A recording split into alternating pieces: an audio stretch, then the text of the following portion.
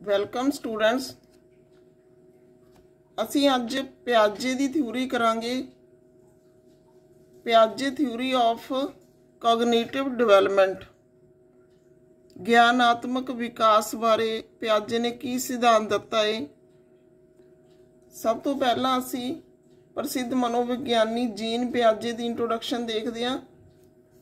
ਕੌਣ ਸੀ jean ਪਿਆਜੇ? Switzerland ਦਾ मनोविज्ञानी सी जिसने मनुखी विकास का ज्ञानात्मक सिद्धांत दिता। उसने लगभग 40 साल तक बच्चों के विकास संबंधी खोज का काम किया। उसने बहुत सारे बच्चों को ध्यानपूर्वक निरीक्षण के आधार पर कुछ सीटे कढ़े।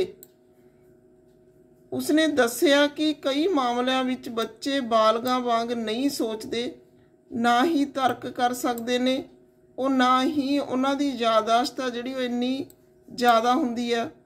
ਭਾਵੇਂ ਮੁੱਢਲੀ ਗਿਆਨਾਤਮਕ ਪ੍ਰਕਿਰਿਆ ਹੈ ਜਿਹੜੀ ਸਾਰੀ ਜ਼ਿੰਦਗੀ ਵਿੱਚ ਇੱਕ ਬਰਾਬਰ ਰਹਿੰਦੀ ਹੈ, ਕਿਉਂਕਿ ਉਹਨਾਂ ਵਿੱਚ ਕੁਝ ਯੋਗਤਾਵਾਂ ਦੀ ਘਾਟ ਹੁੰਦੀ ਹੈ। ਇਸ ਲਈ ਉਹ ਸੋਚਣ ਦੀ ਪ੍ਰਕਿਰਿਆ ਜਿਹੜੀ ਦੂਜਿਆਂ ਨਾਲੋਂ ਭਿੰਨ ਰੱਖਦੇ ਨੇ। ਪਿਆਜੇ ਨੇ ਗਿਆਨਾਤਮਕ ਵਿਕਾਸ ਦੇ ਸਿਧਾਂਤ 'ਚ ਕਈ ਲਾਭਦਾਇਕ ਨੁਕਤੇ ਦਿੱਤੇ ਜਿਨ੍ਹਾਂ ਨੇ ਆਉਣ ਵਾਲੀ ਜਿਹੜੀ ਖੋਜ ਆ ਉਸ ਦੀ ਅਗਵਾਈ ਕੀਤੀ। ਪਿਆਜੇ ਦਾ ਸਿਧਾਂਤ ਕਈ ਵਿਕਾਸਾਤਮਕ ਮਨੋਵਿਗਿਆਨੀਆਂ ਲਈ ਜਿਹੜਾ ਰਾਹ ਦੱਸਣ ਵਾਲਾ ਬਣਿਆ। ਤਾਂ ਇਸ ਤਰ੍ਹਾਂ ਅਸੀਂ ਕਹਿ ਸਕਦੇ ਹਾਂ ਕਿ ਪਿਆਜੇ ਨੇ ਜਿਹੜਾ ਗਿਆਨਾਤਮਕ ਵਿਕਾਸ ਦਾ ਸਿਧਾਂਤ ਆ ਉਹ ਦਿੱਤਾ। ਇਹ ਗਿਆਨਾਤਮਕ ਵਿਕਾਸ ਦਾ ਸਿਧਾਂਤ ਆ ਜਿਹੜਾ ਇੱਕ ਸਟੇਜ ਸਿਧਾਂਤ ਆ, ਸਟੇਜ ਥਿਊਰੀ ਆ, ਜਿਸ ਤੋਂ ਪਤਾ ਲੱਗਦਾ ਹੈ ਕਿ ਸਾਰੇ ਮਨੁੱਖੀ ਜੀਵ ਇੱਕ ਵਿਧੀ ਪੂਰਵਕ ਭਵਿੱਖਬਾਣੀ ਵਾਲਾ ਕਰਮਵਾਰ ਤਬਦੀਲੀ ਵਿੱਚੋਂ ਗੁਜ਼ਰਦੇ ਹਨ। ਇਹ ਸਿਧਾਂਤ ਆ ਜਿਹੜਾ ਹੇਠ ਲਿਖੀਆਂ ਮਾਨਤਾਵਾਂ ਦੇ ਉੱਤੇ ਆਧਾਰਿਤ ਆ, ਧਾਰਨਾਵਾਂ ਦੇ ਉੱਤੇ ਆਧਾਰਿਤ ਆ। ਨੰਬਰ 1, ਸਾਰੇ ਮਨੁੱਖੀ ਜੀਵ ਇੱਕ ਕਰਮਵਾਰ ਪੜਾਅ 'ਚੋਂ ਗੁਜ਼ਰਦੇ ਨੇ। ਨੰਬਰ 2, ਉਹ ਵਿਸ਼ੇਸ਼ ਉਮਰ ਦੇ ਇੱਕ ਪੜਾਅ ਤੋਂ ਦੂਜੇ ਪੜਾਅ ਵਿੱਚ ਜਾਂਦੇ ਨੇ। ਅਜਿਹੀ ਪ੍ਰਗਤੀ ਦਾ ਸਿਲਸਿਲਾ ਨਿਰੰਤਰ ਜਾਰੀ ਰਹਿੰਦਾ ਹੈ, ਬਦਲਦਾ ਨਹੀਂ। ਤਾਂ ਇਹ ਤੀਸਰੀ ਜਿਹੜੀ ਧਾਰਨਾ ਇਹਦੀ। ਇਸ ਤਰ੍ਹਾਂ ਨਾਲ 3 ਧਾਰਨਾਵਾਂ ਜਿਹੜੀਆਂ ਨੇ ਬੇਸ ਨੇ ਇਸ ਥਿਊਰੀ ਦਾ। ਤਾਂ ਥਿਊਰੀ ਆ ਜਿਹੜੀ ਬਹੁਤ ਹੀ ਇੰਪੋਰਟੈਂਟ ਆ, ਬੜੇ ਧਿਆਨ ਨਾਲ ਤੁਸੀਂ ਇਸ ਨੂੰ ਸਮਝਣਾ ਹੈ। ਪਹਿਲਾਂ ਅਸੀਂ ਇਹਦੇ 'ਚ ਸਮਝਦੇ ਹਾਂ ਰਚਨਾਤਮਕਤਾ ਦਾ ਸੰਕਲਪ ਕੀ ਆ, ਕਨਸੈਪਟ ਆਫ ਕੰਸਟਰਕਟਿਵਿਜ਼ਮ। ਰਚਨਾਤਮਕਤਾ ਦੀ ਧਾਰਨਾ ਹੈ ਜਿਹੜੀ ਉਹ ਪਿਆਜੇ ਦੁਆਰਾ ਆਪਣੇ ਗਿਆਨਾਤਮਕ ਵਿਕਾਸ ਦੇ ਸਿਧਾਂਤ ਵਿੱਚ ਦਿੱਤੀ ਗਈ। ਉਸਨੇ ਮਾਨਵੀ ਮਨ ਦੇ ਗਿਆਨਾਤਮਕ ਅੰਸ਼ ਦੀ ਸੰਰਚਨਾ, ਕਿਰਿਆ ਵਿਧੀਆਂ ਤੇ ਵਿਕਾਸ ਨੂੰ ਸਮਝਣ ਲਈ ਇੱਕ ਢੁਕਵੇਂ ਪ੍ਰੋਗਰਾਮ ਦੀ ਰੂਪਰੇਖਾ ਤਿਆਰ ਕੀਤੀ। ਉਸ ਅਨੁਸਾਰ ਬੱਚੇ ਅਜਿਹੇ ਕਿਰਿਆਸ਼ੀਲ ਚਿੰਤਕ ਹੁੰਦੇ ਨੇ ਜਿਹੜੇ ਨੇੜੇ ਤੇੜੇ ਦੀ ਦੁਨੀਆ ਦੀ ਸਹੀ ਤੇ ਪੱਕੀ ਸਮਝ ਦਾ ਨਿਰਮਾਣ ਕਰਨ ਲਈ ਲਗਾਤਾਰ ਕੋਸ਼ਿਸ਼ ਕਰਦੇ ਰਹਿੰਦੇ ਨੇ। ਦੂਜੇ ਸ਼ਬਦਾਂ ਵਿੱਚ ਅਸੀਂ ਕਹੀਏ ਤਾਂ ਇਸ ਦ੍ਰਿਸ਼ਟੀਕੋਣ ਅਨੁਸਾਰ ਬੱਚਾ ਸੰਸਾਰ ਬਾਰੇ ਆਪਣੀ ਸਮਝ ਤੇ ਗਿਆਨ ਨੂੰ ਇਸ ਦੇ ਨਾਲ ਅੰਤਰ ਕਿਰਿਆ ਕਰਕੇ ਪ੍ਰਾਪਤ ਕਰਦਾ ਹੈ। ਬੱਚਾ ਸੰਸਾਰ ਵਿੱਚ ਰਹਿੰਦੇ ਹੋਏ ਸੰਸਾਰ ਨਾਲ ਅੰਤਰ ਕਿਰਿਆ ਕਰਦਾ ਹੈ, ਤਾਂ ਹੀ ਇਸ ਦਾ ਜਿਹੜਾ ਸਮਝ ਅਤੇ ਗਿਆਨ ਆ ਉਹ ਹਾਸਲ ਕਰ ਸਕਦਾ ਹੈ। ਬੱਚਾ ਅਜਿਹੇ ਗਿਆਨ ਦਾ ਨਿਰਮਾਣ ਕਿਵੇਂ ਕਰਦਾ ਹੈ? ਉਹ ਕਿਹੜੀ ਸ਼ਕਤੀ ਹੈ ਜਿਹੜੀ ਸਾਨੂੰ ਵਿਕਾਸ ਦੇ ਵੱਖ-ਵੱਖ ਪੱਧਰਾਂ ਤੇ ਕਿਰਿਆਸ਼ੀਲ ਰੱਖਦੀ ਹੈ? ਇਹ 2 ਪ੍ਰਸ਼ਨ ਉੱਠਦੇ ਨੇ ਇੱਥੇ। ਤਾਂ ਅਸੀਂ ਇਹਨਾਂ ਦੋਨਾਂ ਪ੍ਰਸ਼ਨਾਂ ਦਾ ਜਵਾਬ ਦੇਖਦੇ ਹਾਂ। ਪਹਿਲਾ ਹੈਗਾ ਬੱਚਾ ਅਜਿਹੇ ਗਿਆਨ ਦਾ ਨਿਰਮਾਣ ਕਿਵੇਂ ਕਰਦਾ ਹੈ। ਪਹਿਲੀ ਕੰਡੀਸ਼ਨ ਤਾਂ ਹੈਗੀ ਆ ਅਨੁਕੂਲਣ, ਅਡੈਪਟੇਸ਼ਨ ਦੀ ਪ੍ਰਕਿਰਿਆ, ਜਿਹੜੀ ਬਾਹਰਲੇ ਜਗਤ ਦੇ ਨਾਲ ਅੰਤਰ ਕਿਰਿਆ ਕਰਕੇ ਹੁੰਦੀ ਹੈ। ਇਸ ਦੀ ਇਹ ਮਾਨਸਿਕ ਰੂਪਰੇਖਾ ਤੇ ਗਿਆਨਾਤਮਕ ਸੰਰਚਨਾ ਵਿੱਚ ਸਿਰਫ ਉਹ ਗਿਆਨਾਤਮਕ ਯੋਗਤਾਵਾਂ ਤੇ ਸੰਭਵ ਸ਼ਕਤੀਆਂ ਸ਼ਾਮਲ ਹੁੰਦੀਆਂ ਨੇ ਜਿਹੜੀਆਂ ਉਸ ਨੂੰ ਕੋਈ ਕੰਮ ਕਰਨ ਵਿੱਚ ਸਹਾਇਤਾ ਕਰਦੀਆਂ ਨੇ। ਤਾਂ ਇੱਥੇ ਕੀ ਹੈ,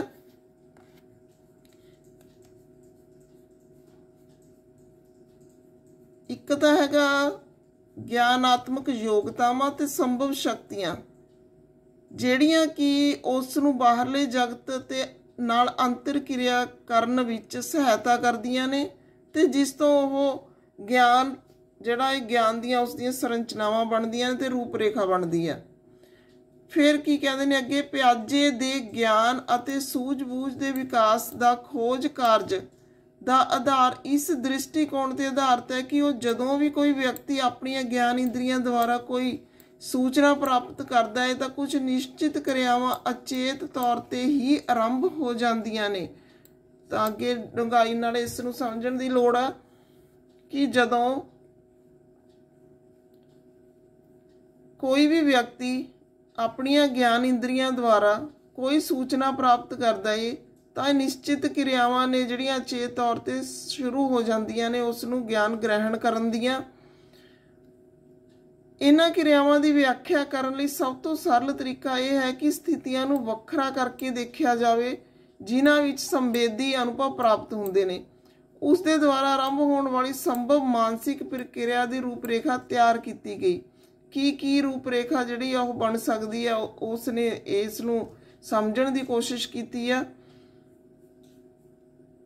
ਫਿਰ ਪਿਆਜੇ ਨੇ 3 ਮੁੱਖ ਪ੍ਰਕਿਰਿਆਵਾਂ ਦਾ ਵਰਣਨ ਕੀਤਾ ਹੈ ਕਿਸ ਤਰ੍ਹਾਂ ਨਾਲ ਅਸੀਂ ਇਹ ਜਿਹੜੀ ਸਾਰੀ ਚੀਜ਼ ਨੂੰ ਸਮਝ ਸਕਦੇ ਹਾਂ। ਨੰਬਰ 1 ਤੇ ਆਤਮ ਸਾਤੀਕਰਨ, ਫਿਰ ਮੇਲ ਲਿਹਾਜ਼, ਫਿਰ ਸੰਤੁਲਨ। 3 ਚੀਜ਼ਾਂ ਨੇ, ਅਸਿਮਿਲੇਸ਼ਨ, ਕਮੋਡੇਸ਼ਨ ਤੇ ਇਕੁਇਲਿਬਰੀਅਮ। ਤਾਂ ਇਹਨਾਂ ਤਿੰਨਾਂ ਦੇ ਨਾਲ ਅਸੀਂ ਜਿਹੜੀ ਪਹਿਲੀ ਪ੍ਰਕਿਰਿਆ ਹੈ ਆਤਮ ਸਾਤੀਕਰਨ ਇਹਨੂੰ ਸਮਝਾਂਗੇ। ਪਹਿਲਾਂ ਇਸ ਦੇ ਅਧੀਨ ਵਰਤਮਾਨ ਗਿਆਨ ਸੰਰਚਨਾ ਜਿਸ ਨੂੰ ਆਰੇਖ ਆਖਿਆ ਜਾਂਦਾ ਹੈ, ਸਕੀਮਾ ਕਹਿੰਦੇ ਆ ਜਿਹਨੂੰ ਅਸੀਂ, ਦੇ ਨਵੇਂ ਗਿਆਨ ਤੇ ਜਾਣਕਾਰੀਆਂ ਨੂੰ ਜੋੜਨਾ ਸ਼ਾਮਲ ਹੈ। ਆਤਮ ਸਾਤੀਕਰਨ ਦਾ ਅਰਥ ਹੈ ਨਵੀਆਂ ਜਾਣਕਾਰੀਆਂ ਨੂੰ ਇਕੱਠਾ ਕਰਨਾ ਤੇ ਉਹਨਾਂ ਦਾ ਵਰਗੀਕਰਨ ਕਰਨਾ। ਆਰੇਖ ਵਿੱਚ ਗਿਆਨ ਦੀਆਂ ਵੱਖ-ਵੱਖ ਇਕਾਈਆਂ ਹੁੰਦੀਆਂ ਨੇ ਜਿਹੜੀਆਂ ਆਰੇਖ ਦੇ ਕੇਂਦਰੀ ਸਾਰ ਦੁਆਰਾ ਆਪਸ ਵਿੱਚ ਜੁੜੀਆਂ ਹੋਈਆਂ ਹੁੰਦੀਆਂ ਨੇ। ਵੱਖ-ਵੱਖ ਇਕਾਈਆਂ ਨੇ ਜਿਹੜੀਆਂ ਉਹ ਆਪਸ ਵਿੱਚ ਜੁੜੀਆਂ ਹੋਈਆਂ ਨੇ ਕੇਂਦਰੀ ਇੱਕ ਸਾਰ ਦੁਆਰਾ। ਜਦੋਂ ਕੋਈ ਵੀ ਨਵੀਂ ਜਾਣਕਾਰੀ ਸਾਹਮਣੇ ਆਉਂਦੀ ਹੈ ਤਾਂ ਮੌਜੂਦਾ ਆਰੇਖ ਜਿਸ ਦਾ ਆਤਮ ਸਾਤੀਕਰਨ ਹੋ ਚੁੱਕਿਆ ਹੈ ਵਿੱਚ ਸ਼ਾਮਲ ਹੋ ਜਾਂਦੀ ਹੈ। ਇੱਥੇ ਮਤਲਬ ਕਹਿਣ ਦਾ ਇਹ ਹੈ ਕਿ ਅਸੀਂ ਜਿਹੜਾ ਗਿਆਨ ਹਾਸਲ ਕਰਦੇ ਹਾਂ ਤਾਂ ਉਹਦੇ ਨਾਲ ਸੰਬੰਧਿਤ ਹੋਰ ਗਿਆਨ ਆ ਜਿਹੜਾ ਉਹ ਪਹਿਲਾਂ ਵਾਲੇ ਗਿਆਨ ਦਾ ਹੀ ਹਿੱਸਾ ਬਣ ਜਾਂਦਾ ਹੈ, ਉਸੇ ਵਿੱਚ ਸ਼ਾਮਲ ਹੋ ਜਾਂਦਾ ਹੈ। ਪਰੰਤੂ ਨਵੀਂ ਵਿਸ਼ਾ ਸਮੱਗਰੀ ਦੇ ਨਾਲ ਆਤਮ ਸਾਤੀ ਕਰਨਾ ਕੇਵਲ ਤਦ ਹੀ ਸੰਭਵ ਹੁੰਦਾ ਹੈ ਜਦੋਂ ਪਹਿਲਾਂ ਤੋਂ ਮੌਜੂਦ ਆਰੇਖ ਅਤੇ ਜਾਣਕਾਰੀਆਂ ਆਪਸ ਵਿੱਚ ਵਿਰੋਧ ਪੈਦਾ ਨਾ ਕਰਨ। ਜਿਹੜੀ ਇੱਕ ਅਸੀਂ ਜਾਣਕਾਰੀ ਇਕੱਠੀ ਕਰ ਲੈਂਦੇ ਹਾਂ, ਇੱਕ ਅਸੀਂ ਆਪਣੀ ਰਾਏ ਬਣਾ ਲੈਂਦੇ ਹਾਂ, ਇੱਕ ਆਰੇਖ ਬਣਾ ਲੈਂਦੇ ਹਾਂ, ਇੱਕ ਅਸੀਂ ਆਪਣੀ ਥਿਊਰੀ ਬਣਾ ਲੈਂਦੇ ਹਾਂ ਉਸ ਚੀਜ਼ ਬਾਰੇ, ਉਹ ਸਾਰੀ ਚੀਜ਼ ਜੇ ਤਾਂ ਸਾਡੇ ਅਗਲੀ ਨਵੀਂ ਜਾਣਕਾਰੀ ਹੈ ਜਿਹੜੀ ਉਹਦੇ ਨਾਲ ਮਿਲਦੀ ਜੁਲਦੀ ਹੈ ਫਿਰ ਤਾਂ ਉਹਦੇ ਵਿੱਚ ਉਹ ਜਿਹੜੀ ਆ ਉਹ ਅੱਗੇ ਇਹ ਕਹਿ ਲੈਂਦੇ ਸ਼ਾਮਲ ਹੋ ਜਾਊਗੀ, ਵੱਧ ਜਾਊਗੀ ਉਹ ਜਾਣਕਾਰੀ। ਜੇ ਉਸ ਤੋਂ ਵਿਰੋਧ 'ਚ ਹੋਵੇ ਤਾਂ ਜਿਹੜੀਆਂ ਜਾਣਕਾਰੀਆਂ ਆਪਸ 'ਚ ਵਿਰੋਧ 'ਚ ਹੋਣ ਤਾਂ ਉਹ ਮੌਜੂਦਾ ਜਿਹੜਾ ਆਰੇਖ ਹੁੰਦਾ ਉਹਦੇ ਵਿੱਚ ਜ਼ਿਆਦਾਤਰ ਸ਼ਾਮਲ ਨਹੀਂ ਹੁੰਦੀਆਂ। ਜੇ ਨਵੀਂ ਜਾਣਕਾਰੀ ਅੰਦਰ ਇਹ ਸੰਭਾਵਨਾ ਨਜ਼ਰ ਆਉਂਦੀ ਹੈ ਕਿ ਆਰੇਖ ਨੂੰ ਸ਼ਾਮਲ ਕਰ ਲਿਆ ਜਾਵੇ, ਜਾਣਕਾਰੀ ਦਾ ਆਤਮ ਸਾਤੀਕਰਨ ਹੋ ਜਾਂਦਾ ਹੈ। ਜੇ ਸਾਨੂੰ ਇਹ ਹੋਵੇ ਕਿ ਇਹ ਜਾਣਕਾਰੀ ਹੈ ਜਿਹੜੀ ਇਹ ਸਾਨੂੰ ਪ੍ਰਾਪਤ ਕਰਨੀ ਜ਼ਰੂਰੀ ਹੈ ਤੇ ਪਿਛਲੀ ਜਾਣਕਾਰੀ ਨਾਲ ਇਸ ਨੂੰ ਸੰਬੰਧਿਤ ਕਰਨਾ ਜ਼ਰੂਰੀ ਹੈ ਤਾਂ ਵੀ ਅਸੀਂ ਇਸ ਨੂੰ ਜਿਹੜਾ ਇਹ ਆਤਮ ਸਾਤੀਕਰਨ ਕਰ ਲੈਂਦੇ ਹਾਂ। ਇਹ ਪ੍ਰਕਿਰਿਆ ਜਿਹੜੀ ਮੇਲ ਮਿਲਾਪ ਨਾਲ ਡੂੰਘਾਈ ਨਾਲ ਜੁੜੀ ਹੋਈ ਹੈ। ਤਾਂ ਅਸੀਂ ਇਹ ਤਿੰਨ